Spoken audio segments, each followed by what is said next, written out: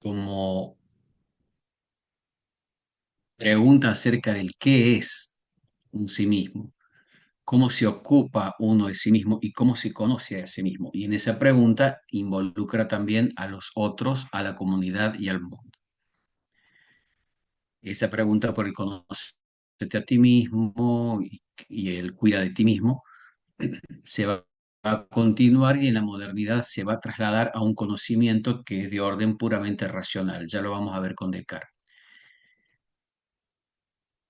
Como en el práctico uno también tienen esta relación que existe entre ese sujeto que va a considerar Foucault como un sujeto que alcanza el conocimiento de sí mismo a través de una transformación de sí mediante prácticas de libertad, le va a llamar él. El modelo de ese sujeto es Sócrates. Y la idea que de Sócrates nos da Platón, la que aparece en sus diálogos, pero también nos interesa saber qué dice Platón respecto de el sujeto, qué puede conocer, qué es la realidad para el sujeto, cómo llega a un conocimiento cabal, un conocimiento universal, que no sea meramente un conocimiento de las virtudes éticas, como acontecía con Sócrates, sino un conocimiento de las esencias, de las cosas reales en sí mismas.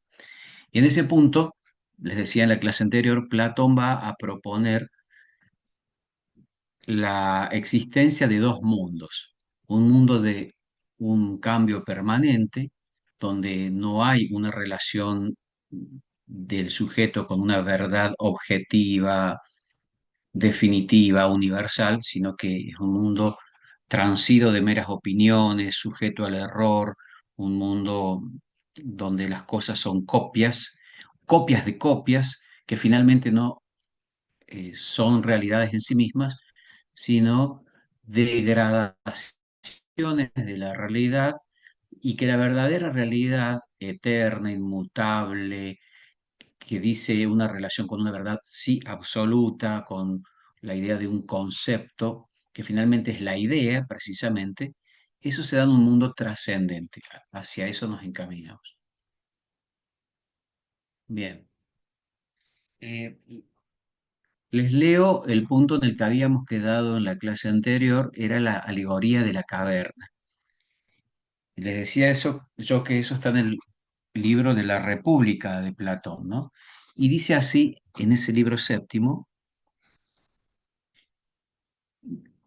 Platón, imagina una especie de caverna subterránea provista de una larga entrada abierta a la luz que se extiende a lo ancho de toda la caverna y unos hombres que se encuentran en ella desde niños, atados por las piernas y el cuello, de modo que tengan que estarse quietos y mirar únicamente hacia adelante, pues las ligaduras les impiden volver la cabeza. Detrás de ellos, la luz de un fuego que arde algo lejos y en un plano superior, y entre el fuego y los encadenados, un camino situado en alto, a lo largo del cual supón que ha sido construido un tabiquillo parecido a la mampara que se alza entre los titiriteros y el público. ¿Me escuchan bien? Porque veo que alguien colocó algo ahí en el chat Sí, profe, y da se la escucha idea de bien. que no se me está escuchando. ¿Se escucha bien? Ah, a ver.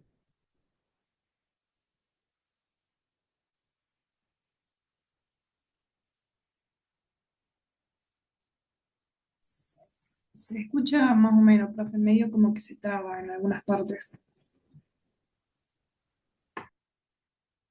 A ver, esperen un poquito entonces. Voy a ver si puedo cambiar de red.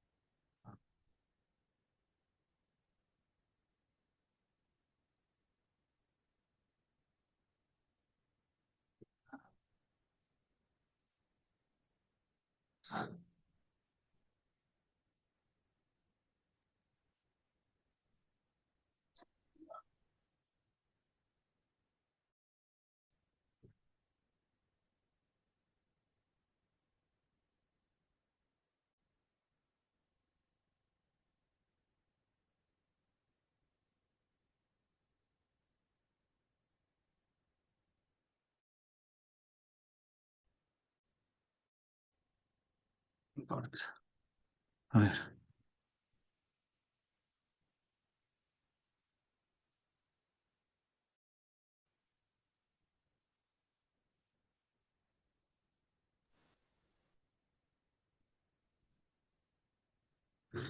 Ahora se escucha mejor.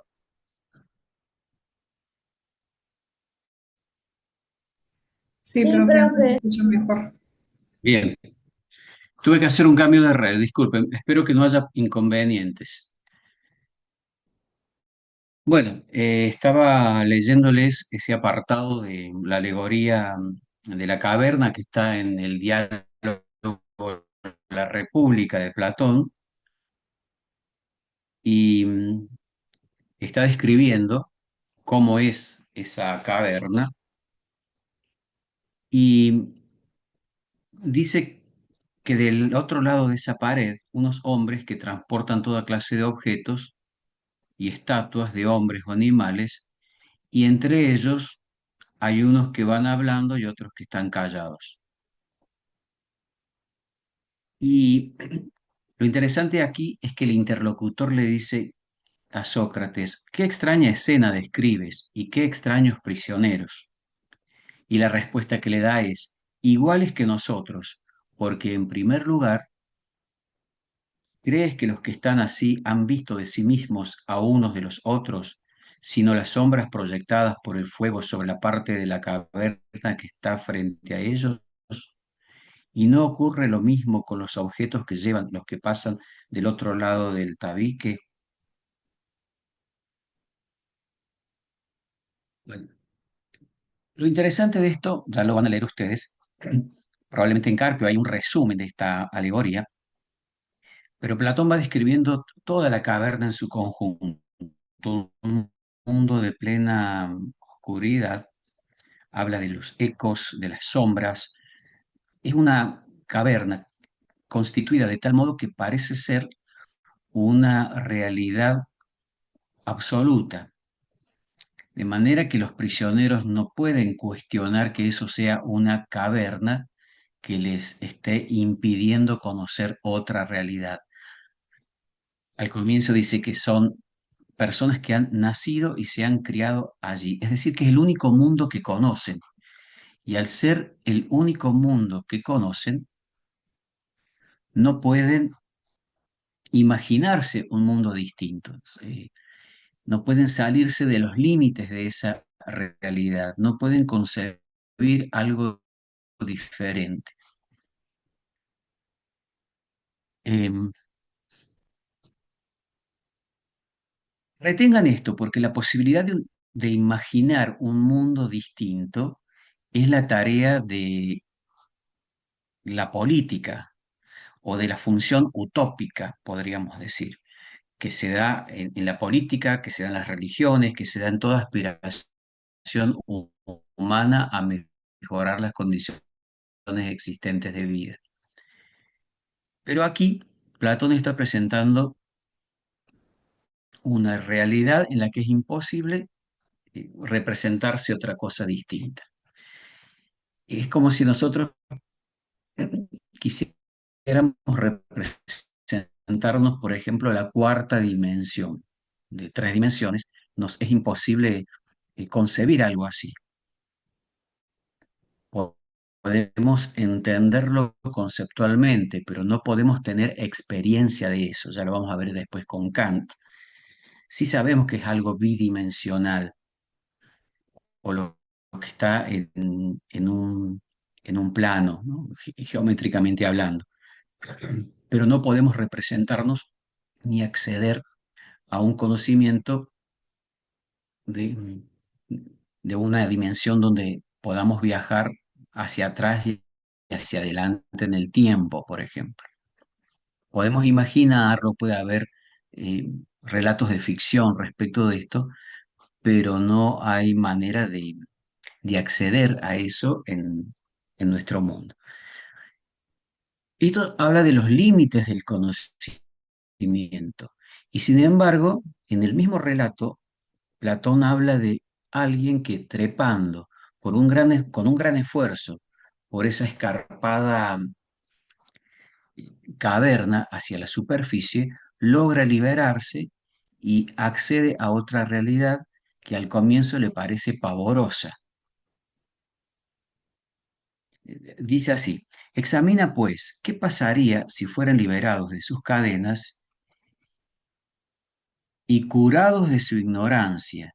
Piensa que cada uno de ellos fuera forzado a levantarse y a volver el cuello y marchar mirando la luz, y al hacer todo esto fuera incapaz de percibir aquellas cosas cuyas sombras había visto antes. ¿Qué piensas que respondes?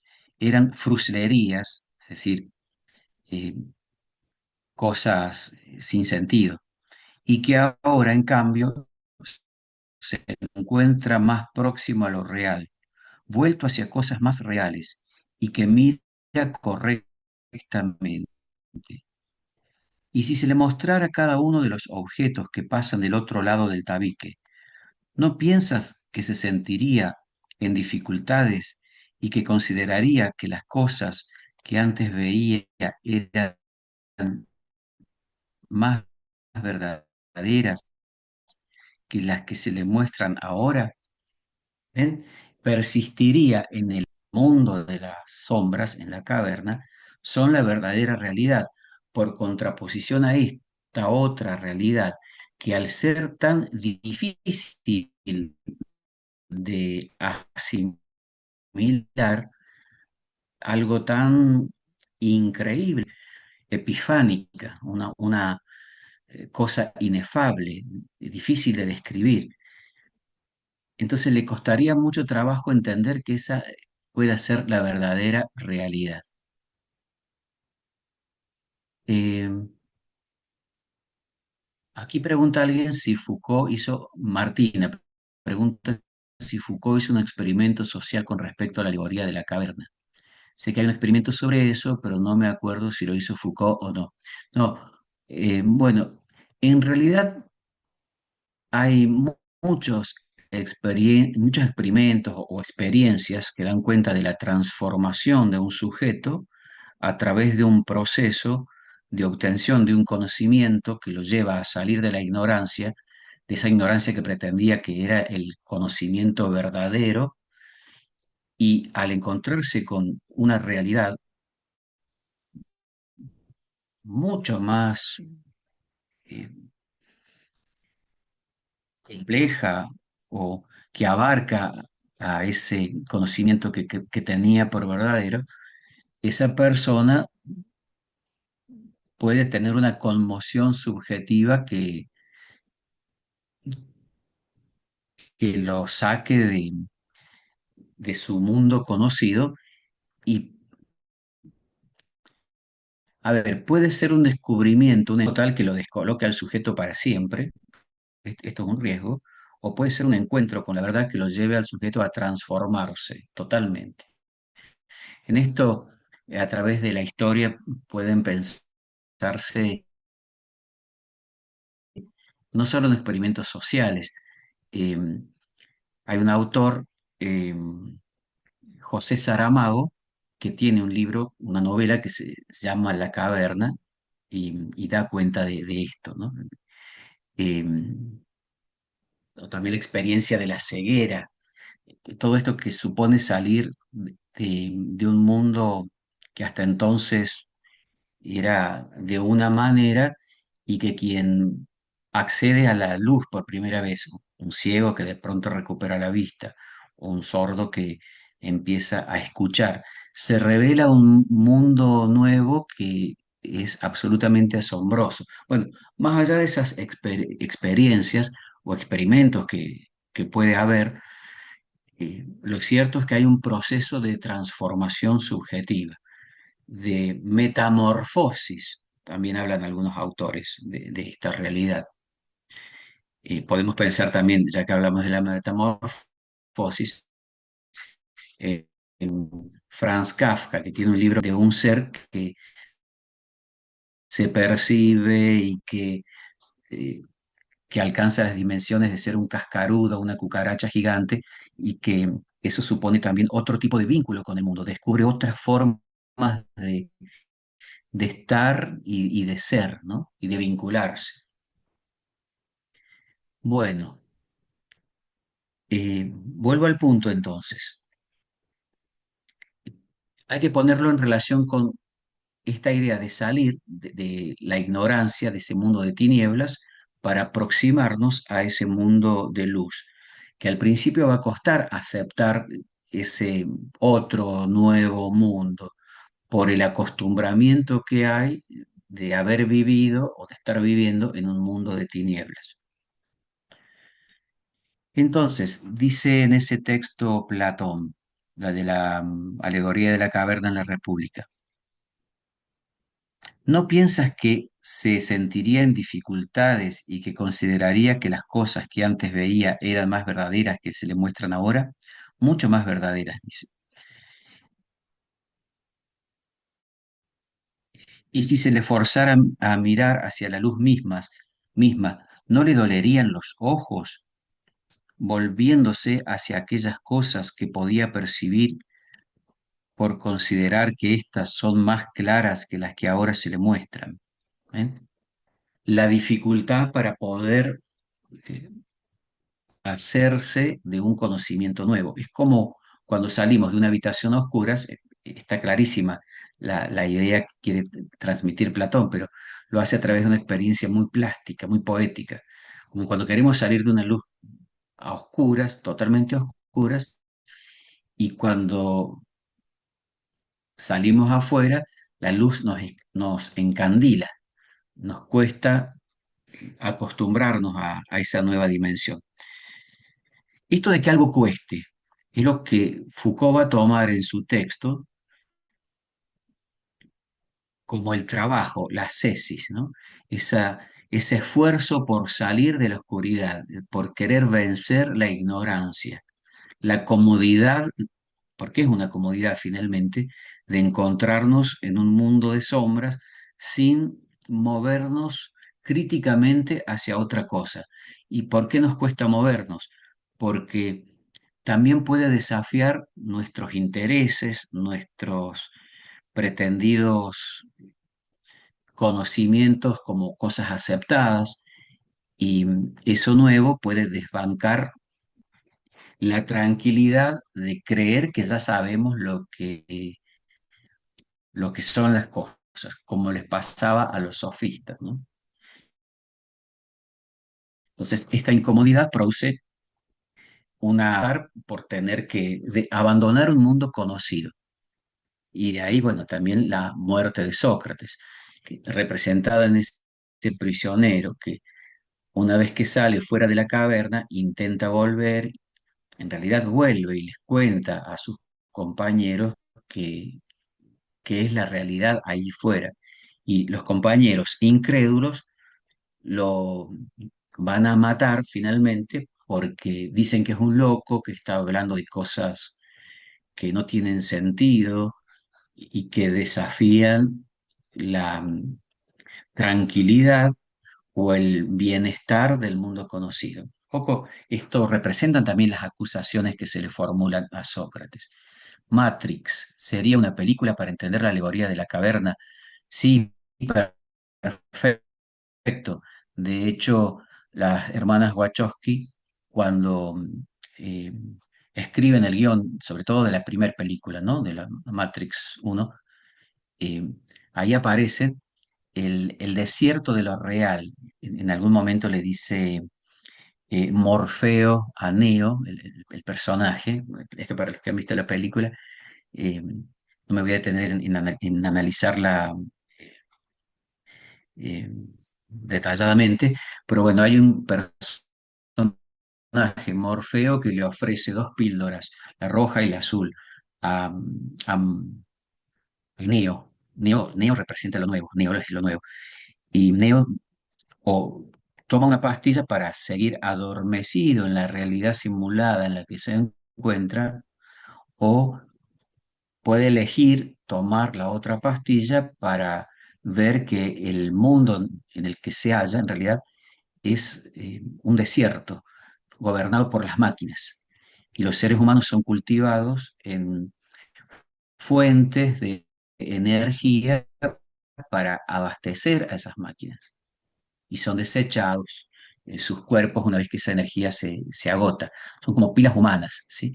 Y la decisión de ver esa realidad finalmente, salir de la caverna, de la comodidad de un mundo que es pura simulación, para poder hacerse cargo de, de otra realidad que exige una, tomar una posición frente a eso. Eh, Participar de la resistencia en contra de las máquinas o aceptar ese designio de que las máquinas gobiernan el mundo y someterse a ellas. Bueno,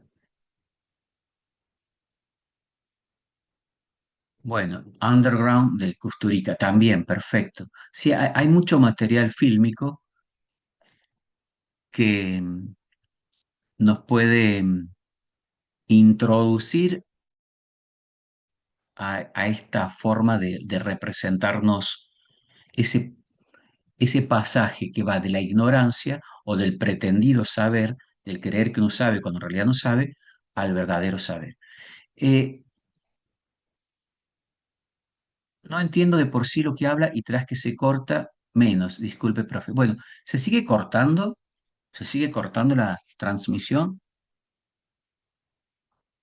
Vuelvo a cambiar de red en ese caso. Sí, profe, por momentos se quedó. A ver, problema.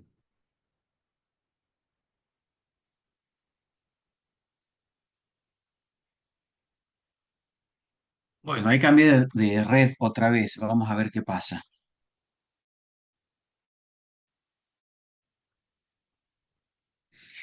Voy a avanzar un poco más rápido entonces con Platón. Para Platón entonces hay dos mundos, les decía. El mundo inteligible o mundo de las ideas, contrapuesto al mundo sensible. El mundo inteligible se haya formado por lo que siempre es y no varía. El ser, el ser del que habla Parménides. Recuerden que de ahí también es que toma sus ideas Platón. El ser que es inengendrado, es decir, no nace de otra cosa, es imperecedero, es inmutable, es lo que en realidad es. Y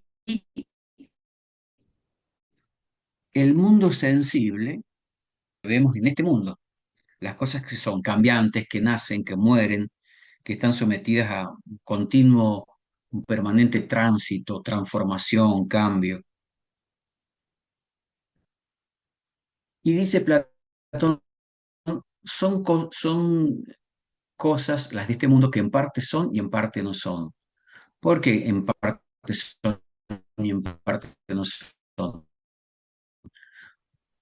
Mundo de las ideas. Este mundo sensible es una copia y una copia degradada del mundo de las ideas. No es una copia perfecta, porque si fuera perfecta sería el mismo mundo, sería una contradicción. Por ejemplo, en el mundo inteligible existe la idea o esencia de caballo. Es una esencia en estado puro, mientras que en este mundo vemos distintas especies de animales caballo, ¿no? Un alazán, un overo, un zaino, bueno, un caballo negro, blanco, moteado, marrón, alto, bajo, eh, viejo, joven, caballos que tengan distintas características, pero en parte son esa idea del caballo que está en otro mundo, la caballeidad, digamos, realizada en este mundo, pero en parte hay algo de lo sensible en su totalidad por esa idea de caballo de otro mundo. ¿Se entiende? Lo que está diciendo Platón es que en este mundo no existen ideas en estado puro, que lo que existe en este mundo son seres, entes, que participamos como copias que somos de las ideas que existen en otro mundo.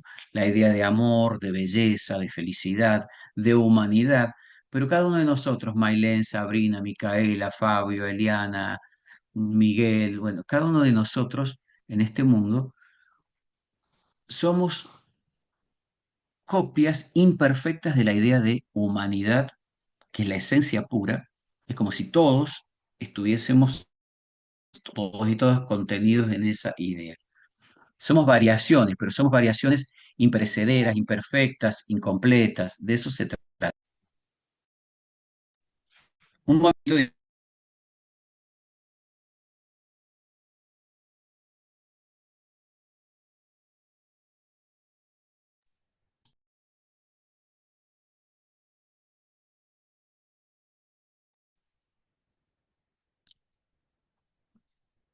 ¿se entiende?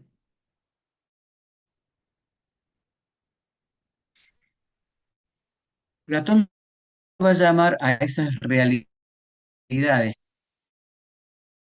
que están en el mundo inteligible, compleja en sí misma, le va a llamar precisamente ideas, ideas o esencias.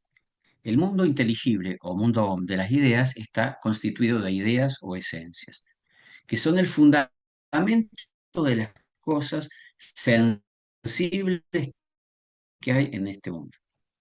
Sería la relación que hay entre el ser y el ente. Es decir, que las ideas serían el fundamento, el ser, que les da sentido, realidad a estos entes que estamos en este, que somos copias.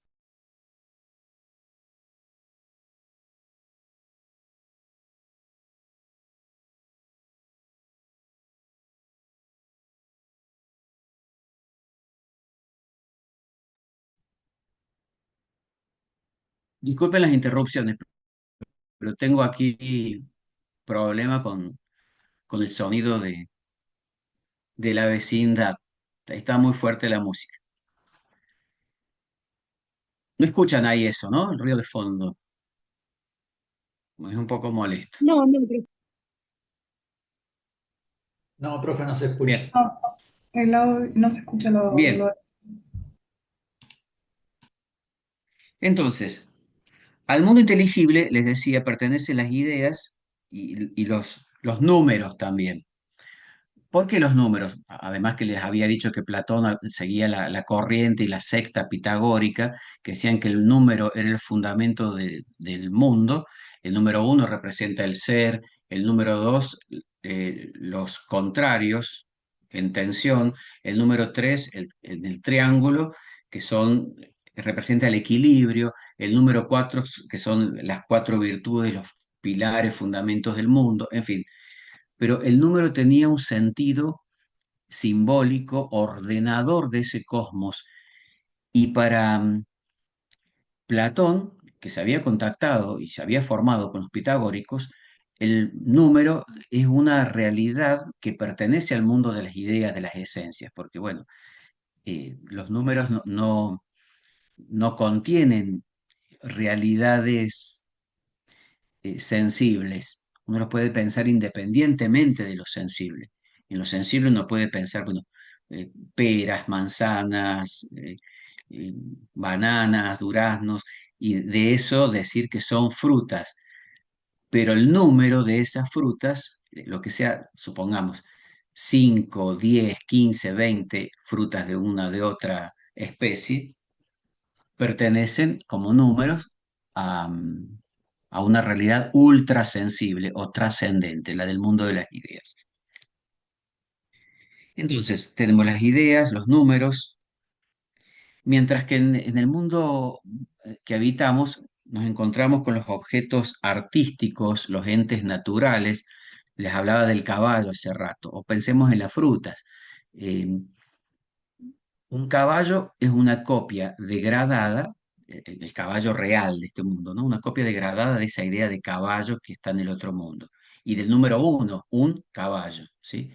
Puedo ver también que el cuadro de un caballo, la pintura de un caballo, es a su vez una copia de una copia, porque la pintura es una copia de ese caballo que está en el campo, por ejemplo, que sirve de modelo para el pintor que lo pinta ese caballo.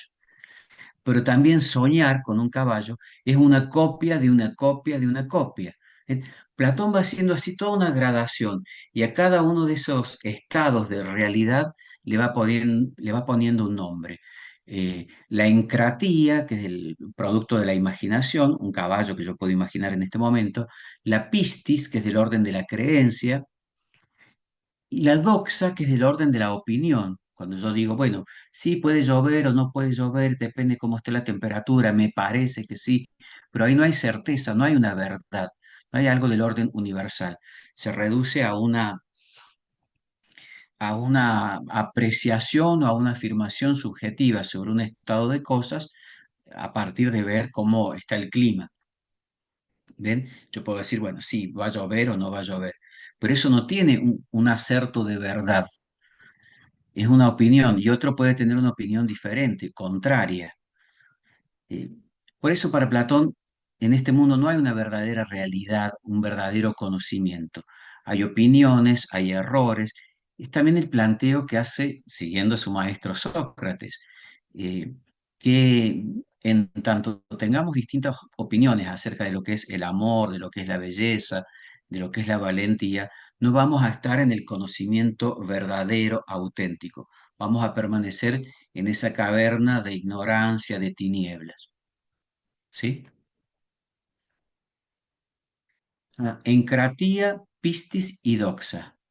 Bueno, se sigue cortando por lo que veo, por lo que dice aquí el compañero Álvarez, compañera.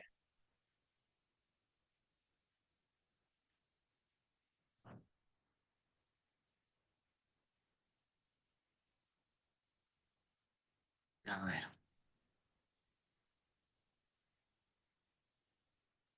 No se corta tanto, profe. Se escucha mejor con con esa red. Bien. Bueno, voy a estar atento igual. Lamento, ¿verdad? Porque me dificulta poder transmitirle bien los conceptos.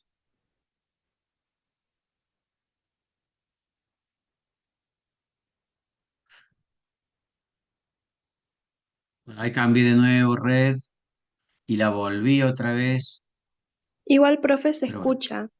Se corta por ratos nomás. de acuerdo. Sí, me parece que van a permanecer estos microcortes. Les pido disculpas, pero la verdad que no depende ya de mí esto.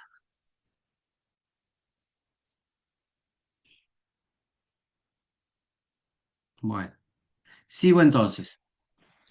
Eh, Esos son los tipos de conocimiento para Platón en este mundo sensible.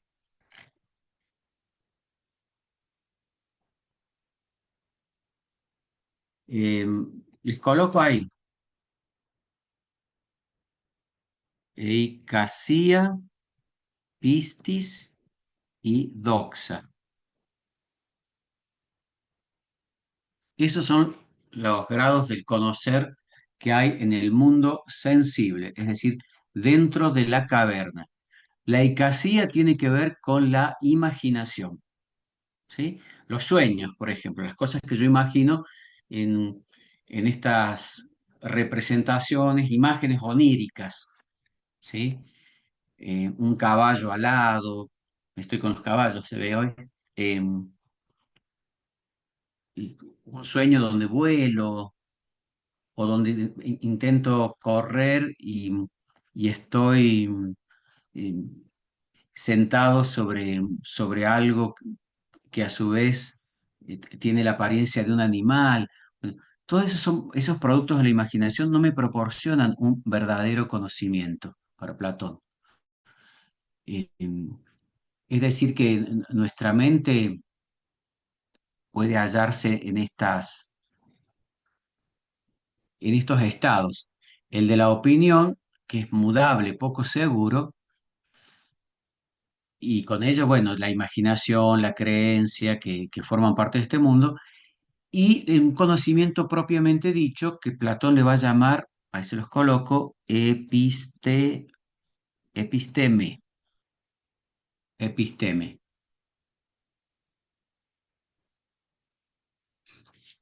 Y estos dos estados, bien, hay dos mundos, el inteligible es el perfecto, y nosotros habitamos el mundo sensible, que es la copia de eso perfecto. Por lo tanto, si es copia, este mundo es imperfecto. Así es.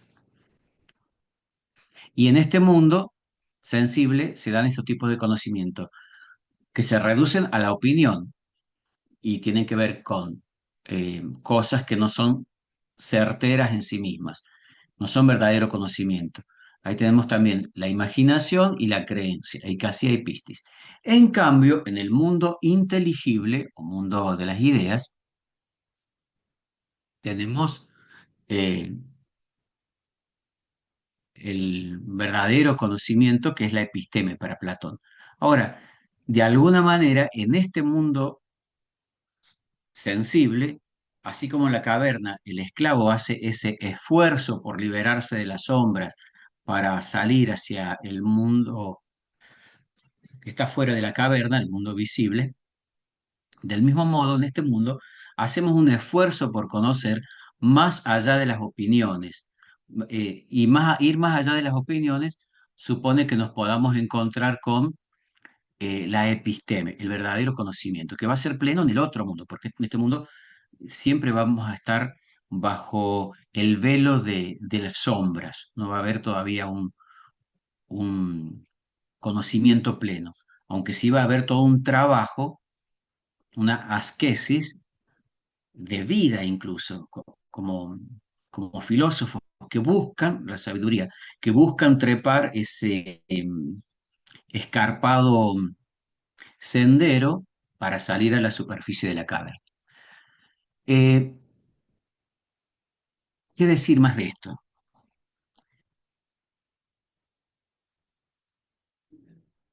Em, bueno, ustedes en todo caso van a leer más en detalle esto en Carpio y quizá también hay algo en Chatelet. Yo intento y que con esta clase pesquen la lógica que va teniendo la propuesta de Platón, de cuándo hay un verdadero conocimiento. Sería como el verdadero Em, conocimiento sería cuando no dejas de opinar y tener una opinión tuya, sino tener como una objetividad o algo así. Perfecto. Lo que pasa es que esa objetividad que va a ser una superación de la opinión, va a ser cuando lleguemos al verdadero conocimiento mediante este esfuerzo mayéutico, diría Sócrates, o dialéctico, le va a llamar Platón, porque se va dando en un diálogo donde las preguntas, las respuestas Claro. van depurando, purificando cada vez más las opiniones hasta llegar al concepto. El concepto me está representando la idea, me va dando Pero, en su exactitud lo que es la esencia de algo sin que esté marcado por las imágenes, por los supuestos, por las cosas que a mí me parecen, sino el concepto como el puro concepto.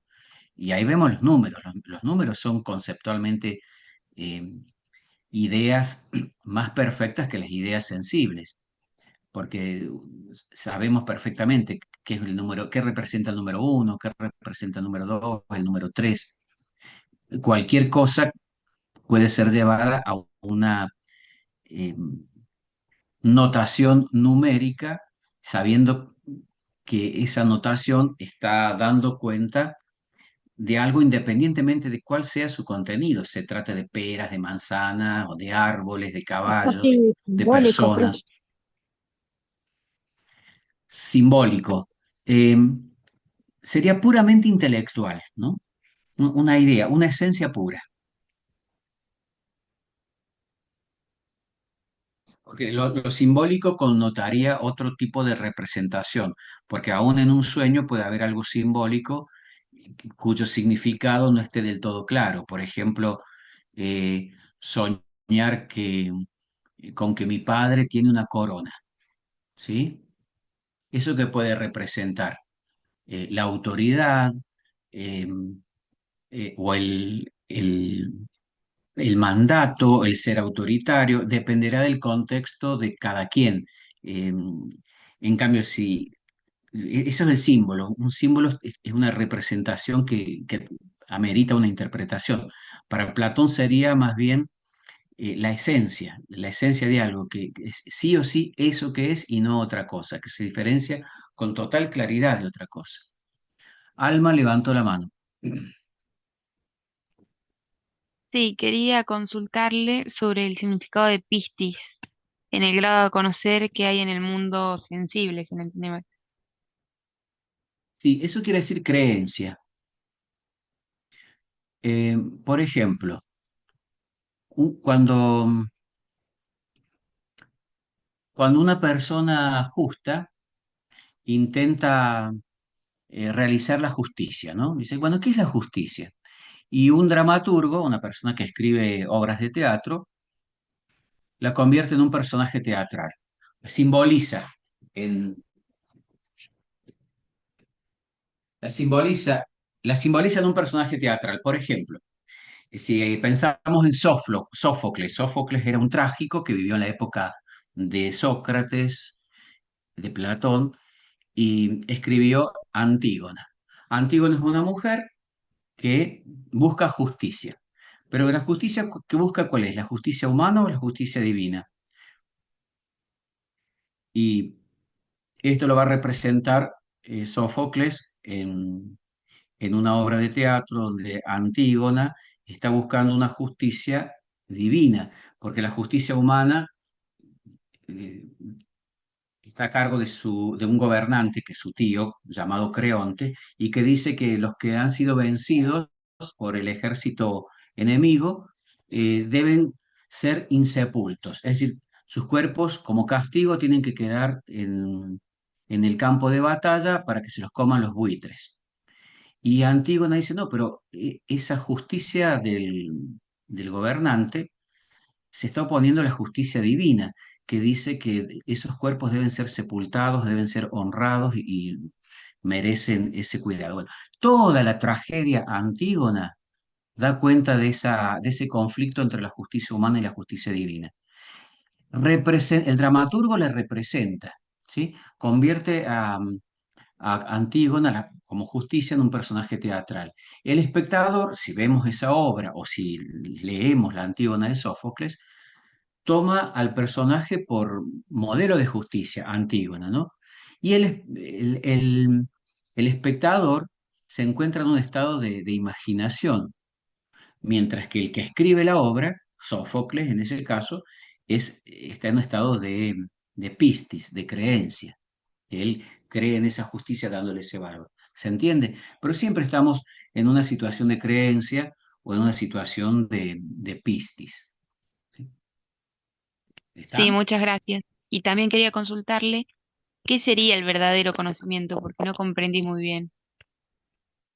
El verdadero conocimiento para Platón comienza en este mundo, pero en realidad para acceder al verdadero conocimiento, el conocimiento total, para acceder al conocimiento de las ideas en su integridad, tengo que salir de este mundo que es la caverna. Pero para salir de este mundo que es la caverna, tengo que seguir el camino de la dialéctica, que es la ascensión dialéctica. Salir de la caverna supone, con un esfuerzo del diálogo, mediante preguntas, respuestas, mediante un trabajo de educación. La educación tiene por objeto formar al ciudadano griego, en este caso al ser humano, en un pensamiento que lo eleve, por eso es dialéctico, que lo eleve por encima de las opiniones, de las creencias y de la imaginación a un conocimiento que se apoye solamente en la razón, en causas, podríamos decir, meramente intelectuales. Esto lo va a desarrollar más después Aristóteles. Pero lo que interesa de ver aquí es que ya en este mundo, mediante la educación, podemos acceder a algo de esa episteme, ¿sí? Em, Vean, esto es la teoría de las ideas en Platón, que es el núcleo central de su filosofía. Em, Platón va a decir que el verdadero conocimiento se da cuando accedemos a a las ideas que son el auténtico ser, la verdadera realidad, de tal modo que frente a ella, toda otra realidad, como las creencias, las opiniones, la imaginación, son realidades degradadas, deficientes. En cambio, las ideas que están en el mundo de las ideas, que viven ahí, son inengendradas, son imperecederas, inmutables, son eternas, ¿sí? Además, están totalmente separadas, son independientes respecto de los objetos materiales de este mundo. Y su lugar propio, desde luego, es el mundo inteligible, que se encuentra, dice Platón, más allá del cielo. Ustedes pueden decir, esto es un realismo eh, de las ideas, ¿sí? Es un idealismo en definitiva, porque Platón dice que las ideas existen en sí mismas. Para Aristóteles, en cambio, las ideas están realizadas, pero en la mente de un sujeto. Cuando yo digo humanidad o amistad, eh, no es que exista viviendo la idea de humanidad o viviendo la idea de amistad. Son conceptos, va a decir Aristóteles, que están en mi mente a partir de ver cómo es una relación de una persona con otra y en otra relación veo algo semejante, reúno todas esas semejanzas y digo, bueno, ahí veo amistad, extraigo el concepto de amistad a partir de todas esas situaciones que pueden ser sensibles, que pueden ser mudables, porque hoy puedo ser amigo de esta persona y mañana no, pero el concepto de la amistad va a permanecer independientemente de eso. Lo que pasa es que para Platón esa idea de amistad existe realmente, como existo yo o cada uno de ustedes, existe para Platón realmente, digo, en otro mundo. Para Aristóteles esto no va a ser así, porque, bueno, Aristóteles le va a formular unas críticas a Platón, va a decir que qué sentido tiene generar tantas ideas de las cosas en otro mundo cuando en realidad se pueden explicar con la existencia de un solo mundo. Pero esa es otra cuestión. Lo importante que hay que ver en esto es que Platón se está esforzando en encontrar un fundamento a un mundo tan cambiante, hecho de puras opiniones, donde no hay una idea de verdad, de justicia, que unifique, que le dé un sentido a todas estas cosas. Sí, Micaela Luján levantó la mano. Sí, profe, tengo una duda porque en la clase pasada de trabajos prácticos la profe nos preguntó que para Sócrates, ¿qué era la mayéutica? Creo que se ve por Carpio esta pregunta, pero no sé bien realmente. Em, sí, en realidad es lo que estuvimos explicando en la clase anterior. La mayéutica, en sentido pleno, es el método de obtención del concepto para Sócrates. Es el arte de dar a luz la verdad. La verdad es el conocimiento, pero la verdad de ese conocimiento que es un concepto de virtud y que se lleva adelante mediante ese proceso donde primero hay una refutación de las pretendidas creencias. Se depuran esas creencias, se admite la propia ignorancia y así se accede al segundo momento de la mayéutica, que es la mayéutica propiamente dicha, que es cuando se produce el dar a luz el verdadero concepto. Eso es todo. Sobre esa base, Platón va a plantear que mediante ese esfuerzo de alumbramiento de la verdad de parte del sujeto, no es para obtener solamente conceptos de virtud, sino que se accede a la verdadera esencia de las cosas. Y a ese conocimiento se accede eh, mediante un esfuerzo en este mundo, pero se conoce de un modo pleno en el mundo de las ideas propiamente. Bueno, bien, lo ¿Se entendí. comprende? Gracias, profe. Sí, sí, se Bien, comprende bien. Gracias.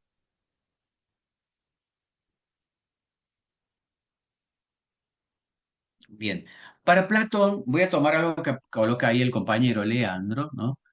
Que se trata precisamente de acceder al mundo de las puras ideas o de las puras formas, va a decir Aristóteles. Una forma en estado puro. Una idea es eso, algo que no depende de un contenido sensible para ser una idea. Yo puedo tener el concepto de mesa y para ese concepto no necesito que la mesa sea cuadrada o que sea redonda o que tenga tres patas o cuatro o seis. Sin embargo, tengo el concepto de mesa sin referirme a una cosa sensible en particular, o que sea de madera, de hierro, de cartón, de papel, o que esté dibujada. Sé que es una mesa, porque lo he aprendido. ¿Y cómo lo he aprendido? Para Platón lo he aprendido en el mundo de las ideas. Y el conocimiento para Platón es recordar. Por eso se saca a luz algo que ya estuvo antes, en otro momento.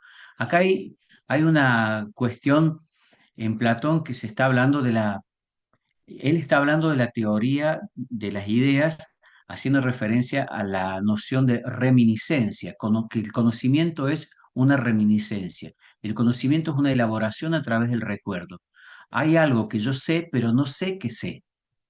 ¿Se entiende?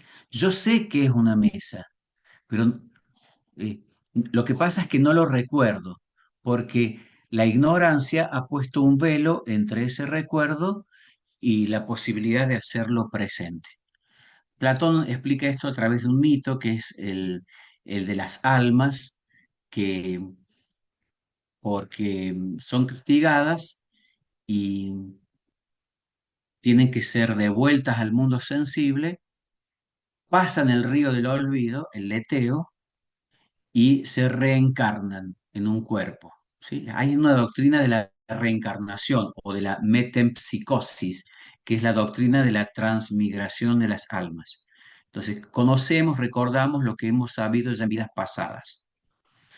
Eh, Ojo con esto que a la filosofía no le interesa hablar de esta cuestión puntualmente de una doctrina mística, por decirlo de alguna manera, sino el sentido que tiene eh, este proceso de dar a luz algo que es innato, que estuvo desde siempre. Por eso para Platón conocer es recordar. Y ese recuerdo se lleva adelante a través de ese trabajo que hace la razón, sea de una forma mayéutica o de una forma dialéctica. ¿Se comprende?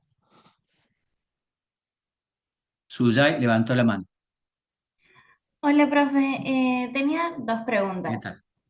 Si el jueves usted se adhiere al paro y si va a hablar sobre el texto de Foucault porque mañana tenemos trabajo práctico nosotros. Bien. Eh, a lo primero, el jueves van a tener, no van a tener actividades en los prácticos, ¿sí? Esto ya se los va a confirmar bien por mensaje en Instagram. Seguramente no van a tener prácticos en las comisiones, en las tres comisiones del jueves. Sí vamos a tener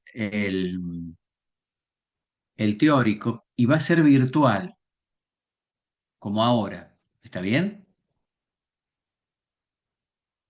Cuidado, quiero aclarar esto. Yo adhiero al paro,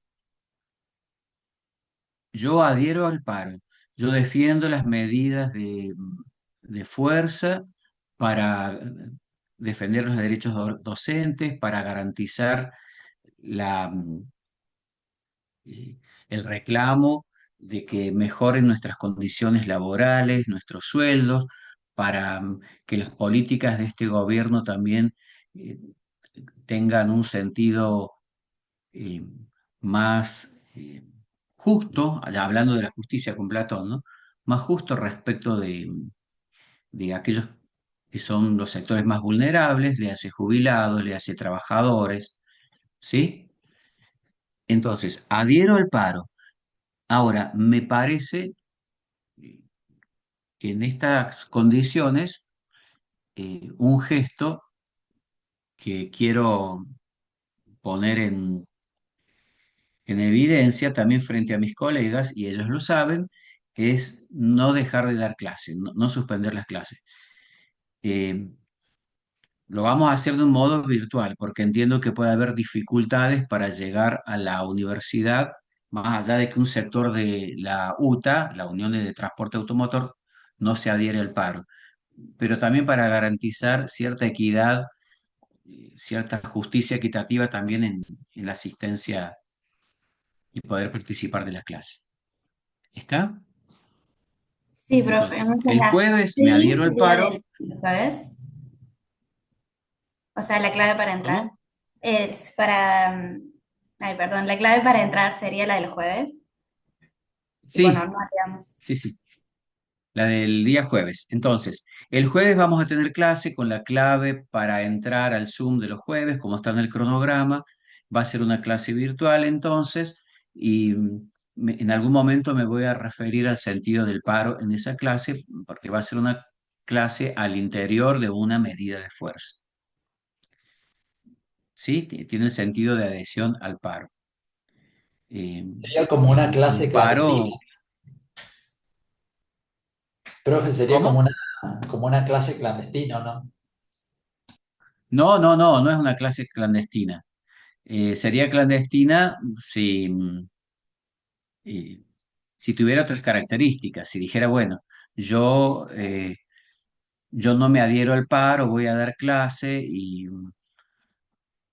en realidad, ¿qué sería lo clandestino aquí? Lo clandestino sería eh, simular algo que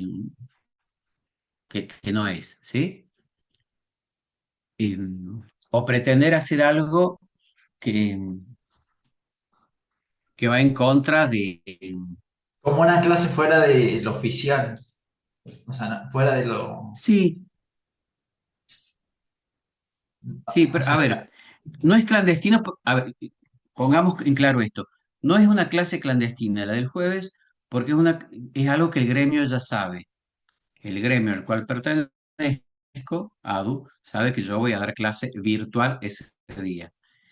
No voy a dar una clase presencial por el tema de la dificultad para llegar con los transportes públicos y por las dificultades que pueda producir el corte de calles. Bueno, acá en San Luis entiendo que no es tanto ese el problema, pero en atención a que es un día de paro, adherirme al paro, haciendo referencia a- al porqué del paro, pero también sosteniendo el ejercicio de la clase, ¿sí? En ese sentido no va a ser una clase clandestina. No está planteada así por otra parte. sí, profe, lo entiendo. Eh, Me parece bastante bien. ¿Cómo? Que sí, concuerdo con usted, me parece bastante bien el seguir dando la clase. Claro, pero en un contexto de paro, ¿sí? Eh, que va a tener esta modalidad. Entonces, los prácticos del jueves se van a pasar para la otra semana. Igual los coordinadores de cada comisión les van a explicar esto. No se hagan problema por eso, porque estamos previendo todas estas situaciones para que no se vean complicados. Naila, Profesor, una levantó la mano. consulta. Profesor, una Sí. consulta. Con respecto a que yo, por ejemplo, estaba en la comisión de los martes y cambiaron el horario y justo me pusieron en la misma comisión de biología que todavía no se empieza a dictar, eh, yo me tengo que cambiar de comisión porque me voy a tener que cambiar a lo de los jueves a la tarde. ¿Cómo hago? ¿Voy directamente a una clase de los jueves? No, todavía eso no se ha definido. Entre hoy y mañana la secretaria académica me dijo que eso ya lo van a resolver. Y el Perfecto. coordinador también está ocupándose. Mañana en la mañana seguramente va a haber algo comunicado en Instagram. Es Así decir, con que no se respecto al preocupen horario, por si va a eso. quedar. Claro, eso se está viendo cómo se va a definir, si va a quedar a las 18 o si se va a trasladar nuevamente a las 20. En ese caso, a quienes se les superponga, ahí sí se va a proceder al cambio. Perfecto, muchas Eh, gracias. ya se los va a notificar bien. No van a perder esa posibilidad de tener el práctico, no se hagan problema. Se va a solucionar. Y en caso de que el TP se cambie, la fecha del parcial por ahora no se va a cambiar. Les vamos a ir comunicando esto. Son cosas que se van resolviendo ahora en pleno desarrollo. Pero bueno, no quiero detenerme en estas cuestiones administrativas y volver al punto de lo que estábamos hablando de Platón. Permanece una mano levantada ahí, es porque sí hay otra pregunta. Hola, ¿qué tal? Buenas tardes, profesor. Disculpe, yo Sí, quisiera hacer una pregunta más con respecto a esto de las comisiones. Yo estoy en la comisión 3, los trabajos de los jueves. No pude asistir a la clase sí. pasada. Entonces, este jueves no vamos a tener la clase de trabajo práctico, se pasaría para la próxima. Con el tema de la inasistencia, ¿dónde tendrá que presentar el certificado laboral justificando la falta anterior? A ver, en todo caso, todas esas cuestiones de comisión, manéjense a través del Classroom en los comentarios o enviando un mail al correo de la asignatura, Bien. ¿sí? O resuélvanlo en presencia con el coordinador, la coordinadora de cada comisión, que sabe Perfecto. cómo está pautando el trabajo al interior de ese espacio. Bien, bien. Acá vamos con las dudas con respecto a la teoría, entonces. Muchas gracias. Bien, bien. Eh, y las temáticas importantes para el parcial son las que estamos viendo hasta ahora. Todo lo que tiene que ver con Casalla, el sujeto, el discurso del filosofar, lo que estamos hablando de Platón, de Sócrates y seguramente lo que se comienza a desarrollar de Foucault en esta clase y el jueves. Bueno, retomo entonces. Platón. Dos mundos claramente diferenciados y a su vez cada mundo tiene un modo de conocer que es específico. Las ideas tienen esas características que les mencioné, que son imperecederas, inmutables, que son inengendradas, independientes, separadas de todas las cosas de este mundo, ¿sí? Ahora, ¿de qué realidades hay ideas? Platón va a decir que hay ideas en primer lugar de la justicia, de la virtud, de la bondad, etcétera, de la amistad, es decir, que son realidades éticas y estéticas. Bien, si yo pregunto, ¿qué es la valentía? ¿Qué es la bondad?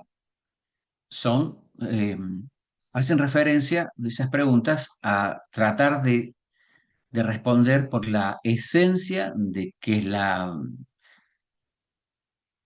bondad, la felicidad, son virtudes o realidades éticas. Ahora, si yo pregunto, ¿qué es la belleza? Eh, ¿Qué es algo bello o algo desagradable o que no tiene un buen, una buena acepción, una buena aceptación a los criterios estéticos? del orden de la fealdad. ¿Qué es la fealdad? Eso también me lleva a un concepto, ¿eh? Conceptos éticos y conceptos estéticos. Pero también Platón se refirió a las ideas de lo semejante y desemejante, de la unidad y la pluralidad, o digamos, de las relaciones y las proporciones, como cuando digo, Juan es amigo de Luisa. Esa relación es una relación de amistad. Entonces, hay también una esencia, una idea de lo que es la amistad, a partir de ver esa relación, o de padre-hijo, que sería la relación de paternidad, eh, filiación. ¿Ven? No es algo que se vea, pero en este mundo, pero sí puedo tener el concepto de eso, y ese concepto me lleva a sostener una idea.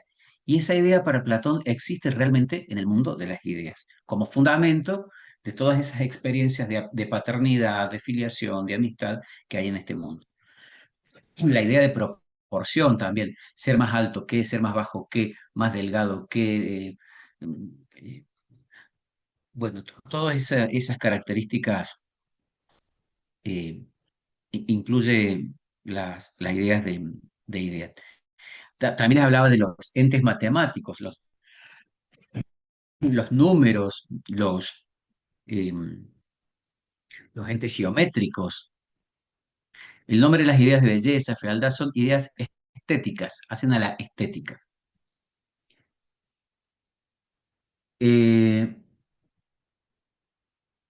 en el chat de WhatsApp, miren, yo no respondo a los temas, al chat de los WhatsApp. Ustedes guíense por lo que publicamos nosotros, que eso es la información oficial, ¿sí? Tanto en el Instagram como en Classroom. eh, Esa es la información oficial de la asignatura. Lo demás puede dar lugar a distintas opiniones, como el mundo sensible de Platón. Eh, por ejemplo, si yo digo la idea de triángulo, ¿cómo se puede expresar? ¿Cómo se puede expresar la idea de triángulo, es decir, de un ente matemático o geométrico? Va a decir Platón, se puede expresar en la definición de que un triángulo es una figura geométrica de tres lados y tres ángulos. Después será del orden sensible o tendrá otro grado de inteligibilidad si se trata de un triángulo isósceles, escaleno, equilátero. En todo caso va a tener otro grado de inteligibilidad. Y en este mundo sensible veré objetos triangulares o más o menos triangulares. Una escuadra, el ángulo de una habitación. eh, ¿Se comprende? Eh, para que lo vean con más claridad, yo puedo tener la idea de un quiliógono, ¿sí? Aunque me va a resultar eh, muy, muy difícil, si no imposible, representármelo, ¿sí? Un quiliógono es un polígono de 1000 lados. Yo sé de qué se trata cuando digo polígono de 1000 lados, aunque no me lo pueda representar sensiblemente, porque no me da la imaginación siquiera para representármelo. Tengo que hacer todo un esfuerzo para componer en un solo acto de pensamiento un objeto de tales características. Entiendo que no hay un ser eh, humano que pueda representarse eso en un solo acto de conocimiento. ¿Se entiende? Esto es importante de entender, porque para Platón lo que es imposible de hacer en este mundo sensible, en el mundo de las ideas, este concepto de, supongamos, lo que les decía recién, un polígono de 1000 lados, que yo puedo tener el concepto, pero no puedo tener la representación sensible, en el mundo de las ideas va a parecer efectivamente un polígono de 1000 lados, realmente, que es eh, una realidad, eh, una idea, ¿no? Una idea realizada en toda su esencia. Y bueno, los seres naturales, desde luego, como ya veníamos diciendo con esto del caballo, árbol, la mesa, en fin, también se pueden, de esos también puede haber ideas. Bueno, Ángel levantó la mano. Profe, Ángel o sea Luciano que, Castro León. o Sí, sea, como que Platón nos quiere decir que todo el conocimiento proviene de ese mundo de ideas, que podemos acceder a través totalmente. de un recuerdo y se puede adquirir, o sea, entre el diálogo entre dos personas, como que se van formando el concepto a través de ese recuerdo del conocimiento que está en ese mundo de ideas. Es como un mundo lleno de conocimiento, o sea, Exactamente. conocimiento ilimitado. O sea, lo que no Así podemos es. hacer acá, Para Platón, estos hombres lo hacen. absolutamente. Ah, Lo que, interesante. lo último no lo entendí bien. Esto último que dijo. Como que es un Lo mundo que, con conocimiento infinito, o sea, que hay muchísimo conocimiento, que como que claro, solo que, nuestra inteligencia es como que rompe cierto límite y es capaz de entender, comprender cosas más allá de nuestro entendimiento actual en este mundo sensible. exacto, sí, sí.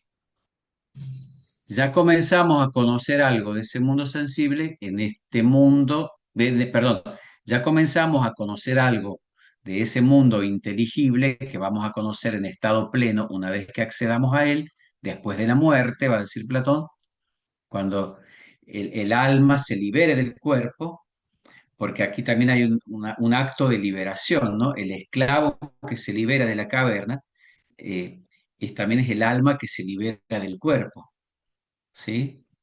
Una vez que morimos, accedemos a ese otro mundo. Eh, Platón está hablando de la inmortalidad del alma, algo que va a tomar después la religión cristiana. Y esta idea de que el cuerpo es una cárcel, por eso el alma está prisionera en el cuerpo, en esas tinieblas. Las tinieblas del espíritu tienen que ver finalmente con este mundo sensible que lo tienen apresado, y el cristianismo lo va a atribuir a la carnalidad, va a ser otra lectura, pero porque en el cristianismo va a estar presente la idea de pecado. El, el, el- el cuerpo es corruptible, mientras que el alma tiene que aspirar a la vida eterna, que es la voluntad de Dios. Esa es otra lectura que van a hacer los filósofos cristianos, que van a ser en realidad teólogos. Ahí tenemos básicamente los padres de la iglesia, San Agustín, eh, San, An- eh, San Anselmo de Canterbury, ¿no? Eh, eh, todos los primeros padres de la iglesia. Pero no me quiero meter en eso todavía. Después vamos a ver a San Agustín. Me interesa que se comprenda, tomando esto que trae Ángel, esta idea de que hay un conocimiento que se da a partir de las posibilidades, de las condiciones, como decíamos en otra clase, refiriéndonos a otro tema, de las condiciones que lo hacen posible. En este caso, el cuerpo condiciona la posibilidad de que el alma conozca. El alma va a conocer plenamente el mundo de las ideas trascendiendo este mundo sensible. Trascender es ir más allá de este mundo sensible. Y eso acaece con la muerte, con la liberación del alma respecto del cuerpo. Pero sí hay un conocimientos de infinitos, que después el alma, cuando tenga esa caída y atraviese el leteo, el río del olvido, y se vuelva a reencarnar en otro cuerpo, va a haber olvidado eso y va a tener que recordarlo otra vez. Y a través de la mayéutica va a volver a nacer ese conocimiento. ¿Ven? En la mayéutica en Sócrates, la dialéctica en Platón. Eh, ¿Ven? Que es un proceso cíclico, es un proceso cíclico. Lo que podemos retener de esto es que para Platón el conocimiento es innato. Esto es una gran discusión en la psicología, en educación, y es una de las cosas que se corresponden con la antítesis fundamental metafísica. La antítesis fundamental metafísica que yo les mencionaba en otra clase es si hay una sola realidad o si hay múltiples realidades. Si hay una sola realidad, entonces todo lo que es multiplicidad es expresión o materialización, objetivación, apariencias de esa única realidad, como que se desprenden o son expresiones de esa única realidad. Y los pluralistas van a decir lo contrario, que hay una cantidad de cosas de las que retenemos eh, de todas ellas un concepto común. Entonces, la unidad y la multiplicidad, o la unidad y la pluralidad. De eso mismo encontramos la correspondencia en el conocimiento. ¿Qué conocemos? Conocemos por la experiencia, es decir, a partir de cosas que vemos en este mundo, o conocemos cosas que ya están presentes y que por un acto, por un esfuerzo, las vamos, un esfuerzo de aprendizaje, las vamos poniendo en conocimiento, las vamos poniendo en acto, las vamos actualizando propiamente, sin saber que ya las sabemos, ¿sí? Esto abre en psicología de la educación o en ciencias de la educación o todo lo que tenga que ver con las corrientes pedagógicas, las posiciones entre el innatismo y el ambientalismo. Para el innatismo, ahí se lo anoto en el chat, innatismo viene de innatus. Todo está al momento de nacer, solo que hay que desplegarlo, hay que hacerlo nacer mediante el esfuerzo de la educación. Y el ambientalismo o las posiciones más empiristas van a decir que todo se origina en el ambiente, que no hay nada en el ser humano, en el sujeto. Somos como un pizarrón que no tiene nada escrito y que las cosas empiezan a cobrar sentido a partir de empezar a conocer el mundo, pero aquí y ahora. No es que tengamos algo que venga con nosotros en el nacimiento. En realidad, les adelanto la película, hay un poco de esto y un poco de aquello. El conocimiento ni es totalmente innato ni es totalmente ambiental, pero es Platón el que eh, constituye el origen de estos planteos, de estas problemáticas. Ah, perdón, se lo mandé a una sola compañera. A ver,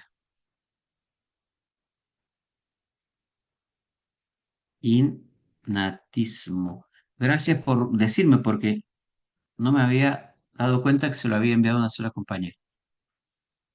Innatismo viene de innatus, del nacimiento, el ambientalismo. Profe, lo anterior también que había dicho de, no me acuerdo cómo era, pero las anteriores Sí, que ahora me hablaban, estoy acordando. Claro, eikasía, pistis y doxa y episteme. Ah, qué macana que no me dijeron en ese momento. Bueno, ahora lo coloco. Eikasía,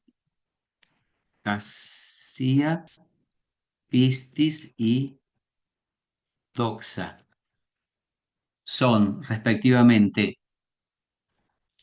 imaginación, creencia y opinión. Eikasía, imaginación, pistis, creencia y doxa, opinión. Igual creo que algo de esto lo van a leer en Carpio, no se hagan problema. Y episteme, ciencia o verdadero conocimiento. Ojo, no es la ciencia como la entendemos ahora, es el verdadero conocimiento el que no presenta duda, el que me lleva a un conocimiento de carácter verdadero, imperecedero, eh, universal, y que apunta a conocer las ideas ya en este mundo. En realidad, eh, para, para Platón hay dos tipos de estados o etapas en el conocimiento que son la dianoia y la noesis.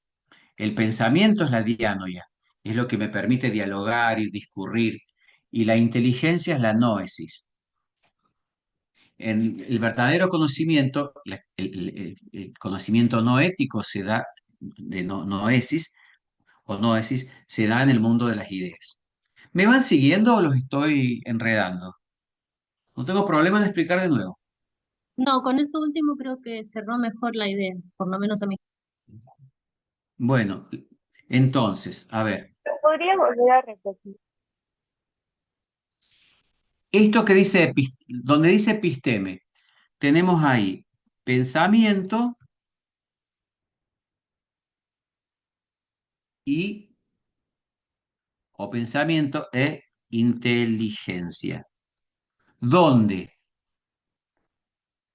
Pensamiento, Platón le llama dianoia y a la inteligencia le llama noesis. ¿Por qué hace esa diferencia? Porque con el pensamiento, la dianoia, Platón dice que conocemos las ideas matemáticas, las ideas de triángulo, de quiliógono, que les mencionaba hace rato, círculo, eh, 2 más 2 es igual a 4. Son ideas matemáticas. Eso es el pensamiento, la dianoia. Pero es un verdadero conocimiento, un conocimiento verdadero. Por eso es episteme. Ahora, el episteme también supone la inteligencia. ¿Y de qué tenemos inteligencia? ¿Qué cosas podemos conocer con la inteligencia? Platón le va a llamar a esto que podemos conocer con la noesis, con la inteligencia, podemos captar las ideas morales y metafísicas, también las estéticas. Las ideas morales son aquellas a las que se refería Sócrates, las virtudes, pero también las ideas metafísicas, la idea del ser, del bien, de la unidad.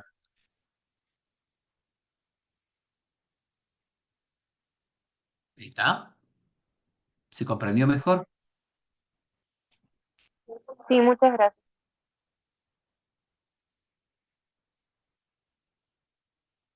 Por ejemplo, para que quede más claro, eh, en cuanto al pensamiento, yo quiero conocer ideas matemáticas o geométricas. Me valgo de imitaciones, de imágenes, de figuras o hipótesis, ¿no? Figuras rectangulares, eh, figuras que tienen forma esférica, y eso me lleva al concepto de esfera, rectángulo, pero parto como como en el mundo de las sombras, que veo esas figuras que se proyectan en el fondo y creo que son la verdadera realidad, y en realidad son sombras de otra cosa, pero a su vez esa otra cosa me remite a las ideas de nuevo, de triángulo, de esfera. Triángulo, esfera no son las cosas triangulares o cosas esféricas. No está en juego el concepto de cosa, sino el concepto de triangularidad y esfericidad, que se lo puedo atribuir a cosas materiales en este mundo, y eso ya es distinto. Pero las cosas de este mundo, aunque sean triangulares, esféricas, son perecederas, se corrompen. No sé, una pelota de fútbol es esférica, pero se puede pinchar, romper, bueno, perder, pero la idea de esfericidad es eterna, no se pierde. Y aplica a una pelota de fútbol, a una naranja, a la tierra o a cualquier cosa que tenga una forma esferoide, que nunca va a ser una esfera perfecta, por otra parte, alguna cosa de este mundo sensible. ¿Ven? En esa tensión hay que leer a Platón. Platón está buscando el fundamento, el ser del ente, es decir, de las cosas que hay en este mundo y que son mudables y no tienen la verdadera realidad. Por eso son mezcla de ser y de no ser, porque no son la realidad en sí misma. Al ser copias degradadas, imperfectas, van viendo la lógica que tiene esto. Entonces está buscando un fundamento, en última instancia, no solamente matemático, no solamente moral, no solamente ético, sino metafísico, el fundamento de todo lo que existe. Es un esfuerzo tremendo lo que está haciendo Platón.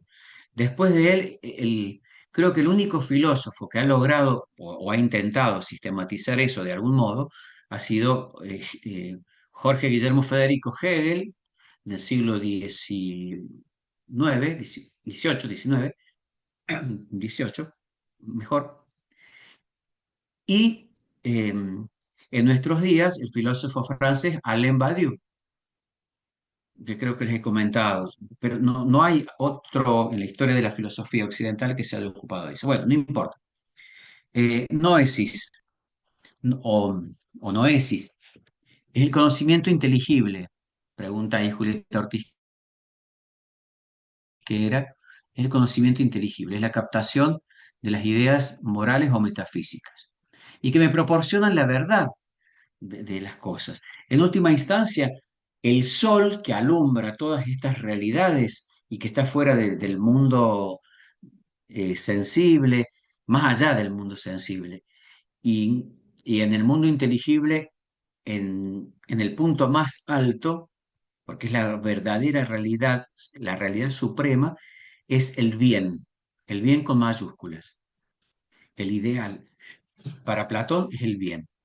Que después el cristianismo lo va a tomar esto como el uno o el sumo bien, sobre todo filósofos neoplatónicos como Plotino, también Proclo, Porfirio, San Agustín va a hablar de- de el verdadero bien y la verdadera bondad, la suma del bien, la bondad, la belleza en su totalidad, el sumum del sumum, que es Dios, se lo va a atribuir a él. Pero acá todavía no llegamos a eso, por eso es importante ver eh, qué dice Platón al respecto. En el mundo de las ideas están estas ideas que tienen estas características. Son morales, metafísicas, matemáticas, y tengo estos tipos de conocimiento. Mediante dianoia, noesis, obtengo esa episteme de las cosas. Entonces, las ideas para Platón son la auténtica realidad, el verdadero ser. Entonces tienen un sentido ontológico. Yo les decía en las primeras clases, en el anfiteatro, que lo ontológico se refiere al ente o al ser. El ente en realidad, pero más allá del ente, el fundamento del ente que es el ser.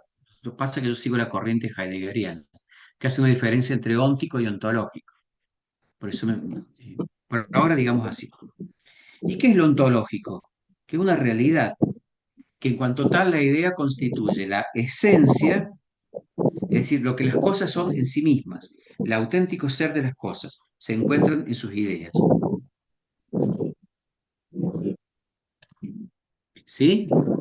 Entonces, el verdadero caballo no es el que está eh, en el campo, eh, sino que el verdadero caballo es el que está contenido en la idea de caballo, con independencia de cualquier otra cosa.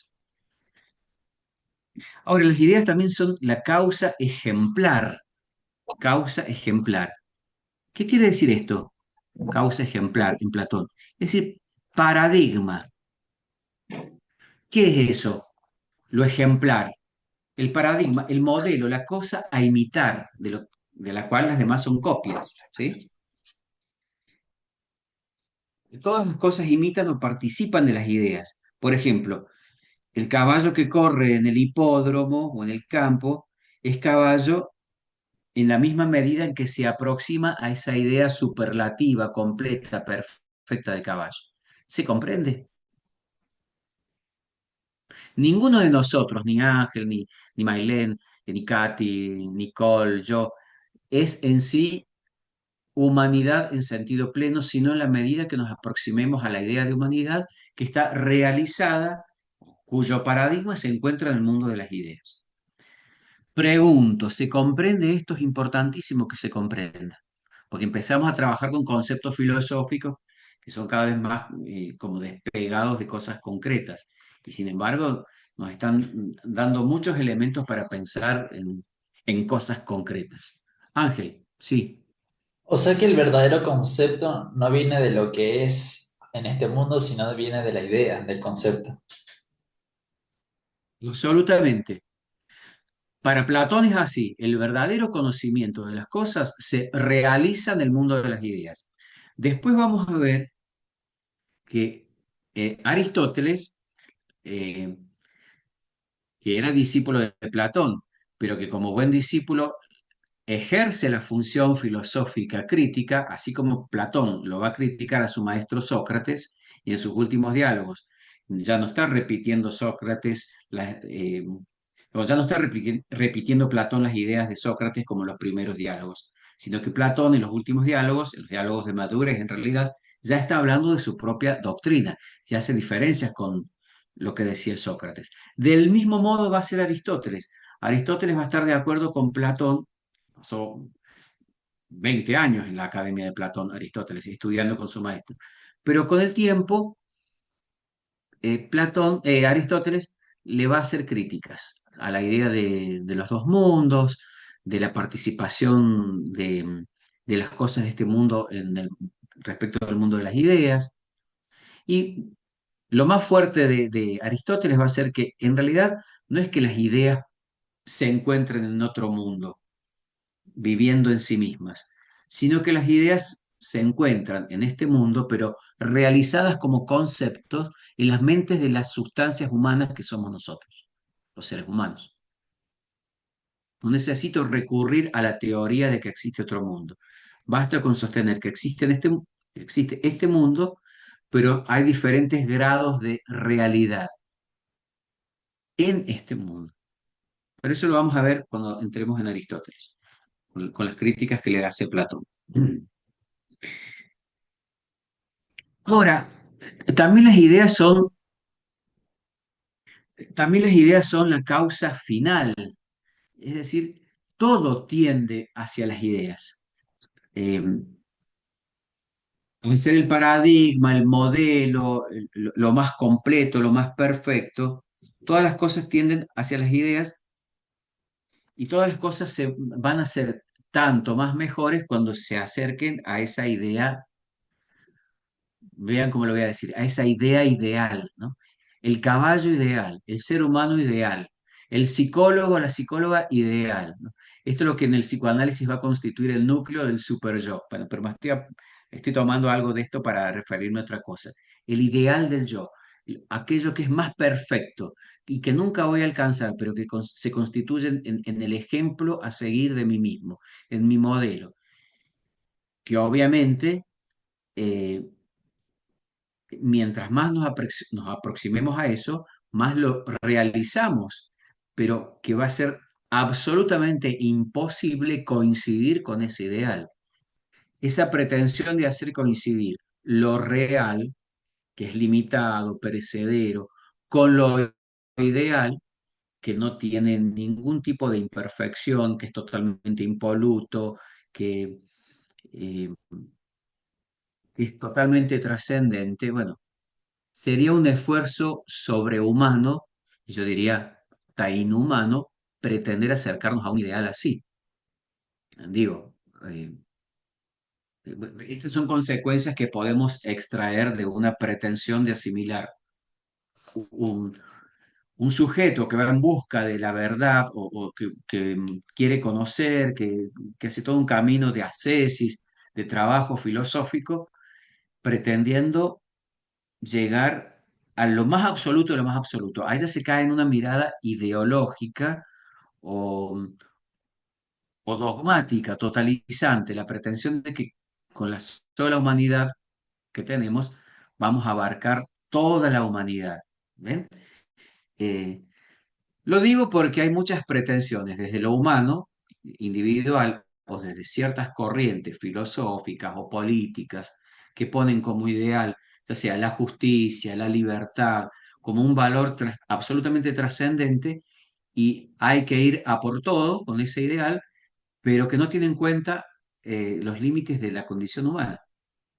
Entonces, Platón nos sirve para pensar eso también. eh, Pensándolo filosóficamente, ¿no? Eso en cuanto a lo ontológico. Y desde el punto de vista lógico,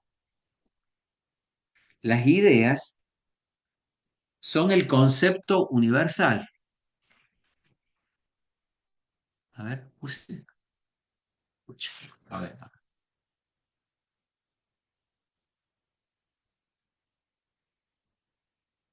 Desde el punto de vista lógico, las ideas son el concepto universal. ¿Por qué? Porque es lo que se expresa, lo que expresa en una definición, diciéndolo aristotélicamente, la pluralidad de los objetos de la misma especie. Se dio caballo, bueno, todo lo que entra dentro de esa realidad. El concepto caballo sirve para designar a todos los caballos. Me parece algo algo de perogrullo, como sabido, pero es necesario aclararlo porque de otro modo se pierde de vista esta relación entre lo universal a lo que aplica la idea y la pluralidad de lo sensible, que nada de eso va a escapar a la idea que contenga lo sensible, en particular, en singular. ¿Vamos bien hasta ahí?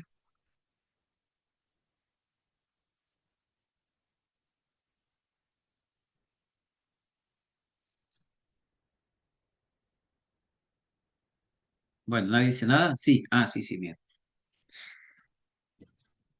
Entonces, otra cosa para Platón, ¿cómo se relacionan entonces las ideas entre sí? Y bueno, cada una de las ideas es en sí misma una, pero al presentarse en, en toda por doquier, digamos, en todos lados, en, en relación con las acciones, con los cuerpos, unas con otras, cada una aparece como múltiple. ¿Por qué?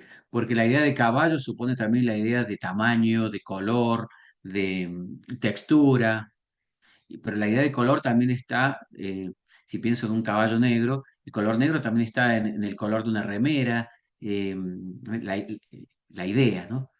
La idea de color negro, que está en el caballo, pero que a su vez está en una remera.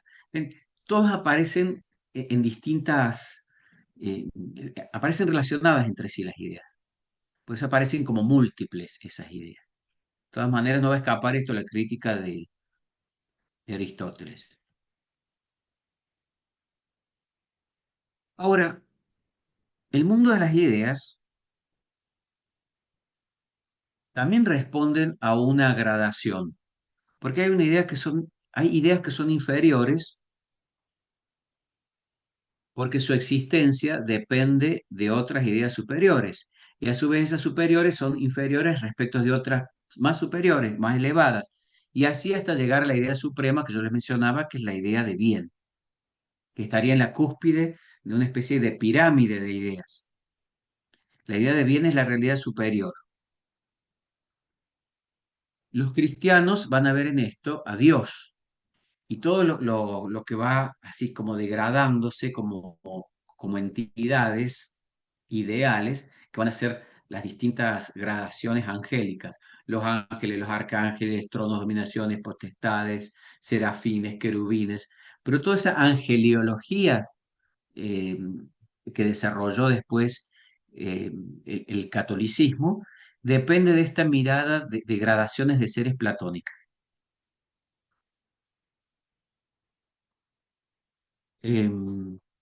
Bueno, ¿qué más decir de esto? ¿Cómo se relacionan las cosas con las ideas?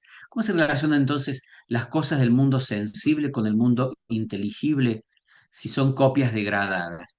Bueno, eh, del mismo modo que en el en la alegoría de la caverna, las sombras, en tanto son meros reflejos de los objetos y estatuas que llevan en sus cabezas las personas que pasan eh, al costado de ese muro o biombo que separa el fuego, que refleja eso. Bueno, el fuego estaría del otro lado, en realidad, que refleja esos objetos en las imágenes del fondo de la cueva. Del mismo modo, digo, que las sombras, en tanto poseen una realidad aparente, también en el mundo físico y material que nos rodea, las realidades con las que nos relacionamos, esta habitación o la casa, esta mesa, esta computadora, el caballo, bueno, la justicia, en fin, son meramente reflejos, son como sombras en la pared del fondo de las ideas que se hallan afuera en el mundo inteligible. Bueno, creo que eso ya se entendió. Por eso Platón se refirió a veces a la participación, como que estas cosas, en tanto son reflejo de aquello, participan, son parte de, o imitan, son copias, pero son malas copias, porque son imitaciones degradadas. Una sombra no es la realidad de eso de la cual es sombra. Parece de cajón, es de cajón, pero bueno, es para representarse bien qué está queriendo decir Platón con esto. Eh, ¿Y cómo surge el mundo entonces? Eh, Porque acá estamos en presencia de una filosofía que no admite la creación, no es que hay un Dios creador que crea cosas de la nada, ya lo vamos a ver con San Agustín. Esa va a ser una novedad, una total novedad del judaísmo y del cristianismo, que hay un Dios que crea cosas a partir de la nada. Porque la filosofía que dice, nada puede venir de la nada, Parménides lo decía así, el ser viene del ser. Vayas a donde vayas, te encontrarás con el ser. Es imposible salirse de los límites del ser. Es más, nosotros como entes no podemos representarnos la nada, sino por negación, esto que les decía en la clase pasada. Primero tengo que representarme un ente, un ser, y desproveerlo de atributos, como cuando se dice esto de que la nada es un cuchillo sin mango al que le falta la hoja. Eh, pero tengo que colocar algo antes. En cambio, pensar que algo viene de la nada, esto desde el punto de vista de la razón no se puede entender. Eso responde más a un acto de fe, si se quiere. Ahora, para Platón hay una especie de subdios, si quieren, que le llama demiurgo, el demiurgo, demiurgo. Para Platón el demiurgo es el que va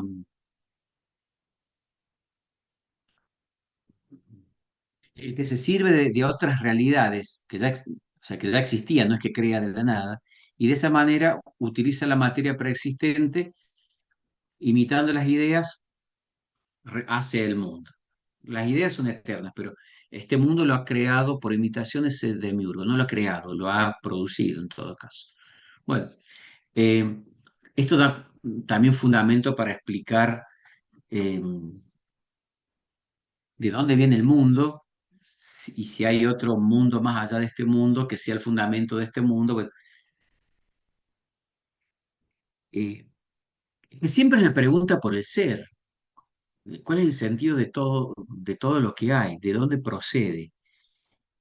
Y las explicaciones pueden satisfacernos en mayor o en menor medida, pero bueno, no está no está todo dicho de un modo definitivo. Eh, bueno, ¿qué otra cosita decir de esto? Yo creo que con esto estaría.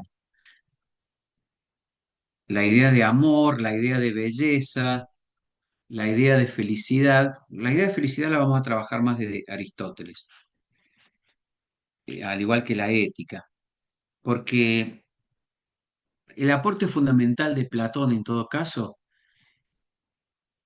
a la filosofía es poder entender qué se deriva de esta concepción de que hay una realidad verdadera en sí misma y otra realidad que es aparente y que resulta ser una copia de la otra, para pensar en las consecuencias que puede tener para una filosofía situada o haciendo una lectura culturalmente situada, qué de eso se juega en nuestro presente. Eh, eh, y podemos pensarlo desde el punto de vista de las redes sociales. Se me- el año pasado se me ocurría pensar que muchas veces permanecemos en el ámbito de las redes sociales, Instagram, Facebook, las más concurridas, TikTok ahora, como si fuera la verdadera realidad. Y la verdadera realidad en el sentido de que es ese mundo compartido, el mundo donde todos participamos como si fuera que eso que mostramos, y que aún sabiendo que es aparente, que no estamos todos nosotros ahí, sin embargo, para otros y para otros de esos otros, o para nosotros respecto de otros, nos lleva a pensar que esa es la verdadera realidad, la que nos está mostrando el otro. Y nosotros queremos constituirnos también en imitadores de eso, o aproximarnos a ese ideal, a eso que es modelo, ejemplo de felicidad, de bienestar, como que el mundo se realiza eh, personas felices alrededor de una mesa y donde hacen selfies, donde muestran una mesa abarrotada de comida o personas que se van cambiando así rápidamente y se ponen eh, una ropa casual o una ropa de noche, como, como si eso fuese el modelo o el ideal de una vida que se debe vivir, ¿no? Lo estoy pensando desde el punto de vista moral, ético, pero no solo por una valoración moral, de decir que esté bien, que está mal, lejos de eso, no me interesa a mí, sino cuidado con caer en esa trampa, ¿no? De pensar que el verdadero mundo es ese que construimos imaginariamente y de una forma ideal, pero que nos va separando cada vez más de lo concreto de la vida, del aquí y ahora, de lo que estamos haciendo en la inmediatez de la vida. Y, y si no nos quedamos a vivir dentro de una red social, pero fingiendo o a sabiendas o no queriendo hacernos cargo de que ese no es el verdadero mundo, ¿no? O en todo caso, sabiendo que no lo es, pero fingiendo y queriendo creer o haciéndonos creer a nosotros mismos que sí lo es, ¿sí? Sería el mundo de la creencia, de la pistis, que nos lleva a imaginar ese mundo posible. Cuando en realidad de lo que se trata es que, ¿qué hacemos nosotros? ¿Qué capacidades de pensamiento, de inteligencia, es decir, diano y anoesis, ponemos en acción para cambiar las condiciones de existencia del mundo inmediato en el que nos encontramos? De eso se trataría de poder pensar con Platón. Esto es como para tirar una punta posible. En la última unidad, con los desarrollos de Eric Saden, la inteligencia artificial, lo vamos a ver con con otra acentuación. Bueno, dejamos aquí y el jueves trabajamos, sí, Foucault. Ok,